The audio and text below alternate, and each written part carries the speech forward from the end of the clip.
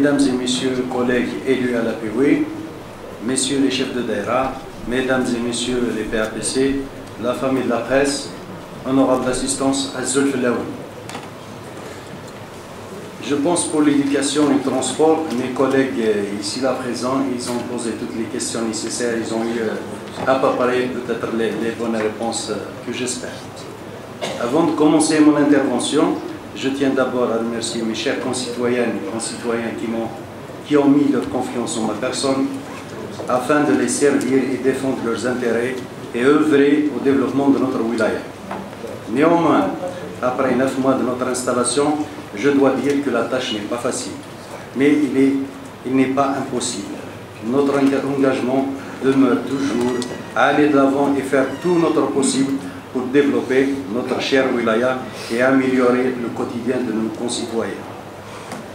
Parmi certaines difficultés, je peux citer à titre d'exemple le code communal et le code de wilaya qui sont nos outils de travail. Mais je dois dire qu'ils sont dépassés et ils ont besoin d'un amendement très profond et de revoir les prérogatives des élus. Je demande à nos confrères élus ici présents des deux chambres parlementaires, sénateurs et députés, d'user de leur pouvoir et de leur statut afin d'apporter des amendements au projet de loi en question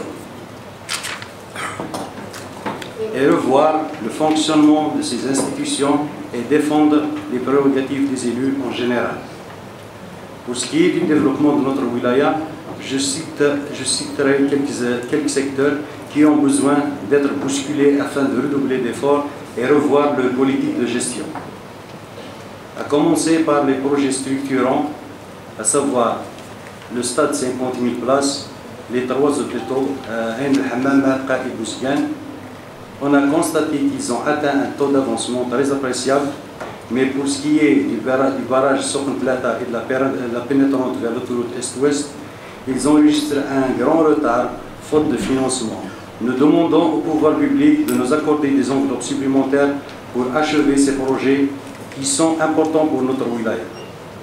En parlant des projets, je dis aussi que notre wilaya enregistre un retard considérable en matière de développement et d'infrastructures dans les différents secteurs.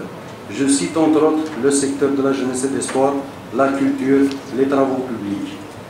À revoir les projets qui sont en souffrance, comme le complexe sportif d'Aghrib, qui tarde d'avoir le jour, la piscine de la nouvelle ville toujours à l'arrêt, le musée à l'entrée de la wilaya depuis des années, à ce jour rien n'a changé, et tous les projets des secteurs en général, pour ne pas les citer un par un. Il faut trouver les bonnes formules pour faire avancer les choses. Parlons aussi du problème des stades de proximité au chef-lieu de la wilaya. Le stade de Kilarandal et celui de Polyvalent ne peuvent plus répondre aux besoins des habitants de la commune de Tizi Ouzou, vu que les écoles de football poussent comme des champignons et toutes les associations sportives de la wilaya de Tizi Ouzou ne trouvent pas d'espace où occuper ces petits bambins. On doit les accompagner et leur accorder une importance capitale au lieu de les laisser à la merci des fléaux sociaux. En parlant des associations à qui je rends un grand hommage pour le travail qu'ils sont en train d'accomplir dans tous les domaines sociaux, culturels, sportifs et autres. On a besoin d'eux plus que jamais, vu que le monde actuel dans lequel nous vivons, l'influence des réseaux sociaux, la délinquance, les violences sous toutes ses formes, etc. Malheureusement, j'ai été surpris de voir certaines associations tardent à voir leur dossier traité rapidement par les directions concernées. Je suggère de les accompagner. À ma connaissance, toutes les associations sont très actives et ils travaillent tous pour le développement socio-culturel de la région. Je demande aussi à la direction de la culture de se rapprocher un peu plus des régions éloignées et de leur accorder plus de considération, vu que ces régions sont dépourvues de tout espace de loisirs, ni cinéma, ni théâtre, ni salle de spectacle, au lieu de se concentrer uniquement au chef-lieu de la wilaya. Je remercie au passage les promoteurs de spectacles privés qui ont fait un travail formidable pendant les soirées du mois de carême et les soirées d'été. Ils ont offert de beaux spectacles à toute la cabine. Pour le secteur des travaux publics, toujours la même chose.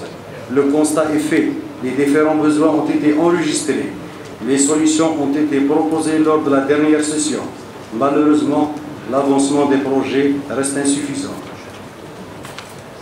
Pour conclure, et ne pas dire que tout est noir dans notre wilaya, il y a de positifs quand même. Je tiens à remercier la famille d'éducation pour les résultats obtenus lors des derniers examens.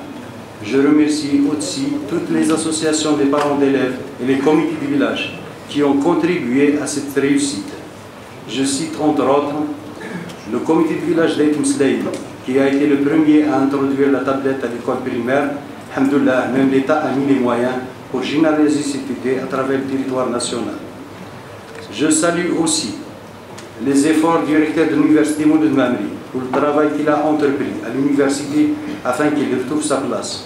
Je sais que la tâche est très difficile, mais on doit l'accompagner et être à ses côtés tous ensemble.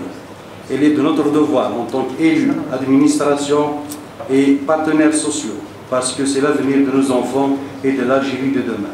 Il est temps de mettre l'université au-dessus de toute considération et lui donner la place qu'il mérite. Merci pour votre attention.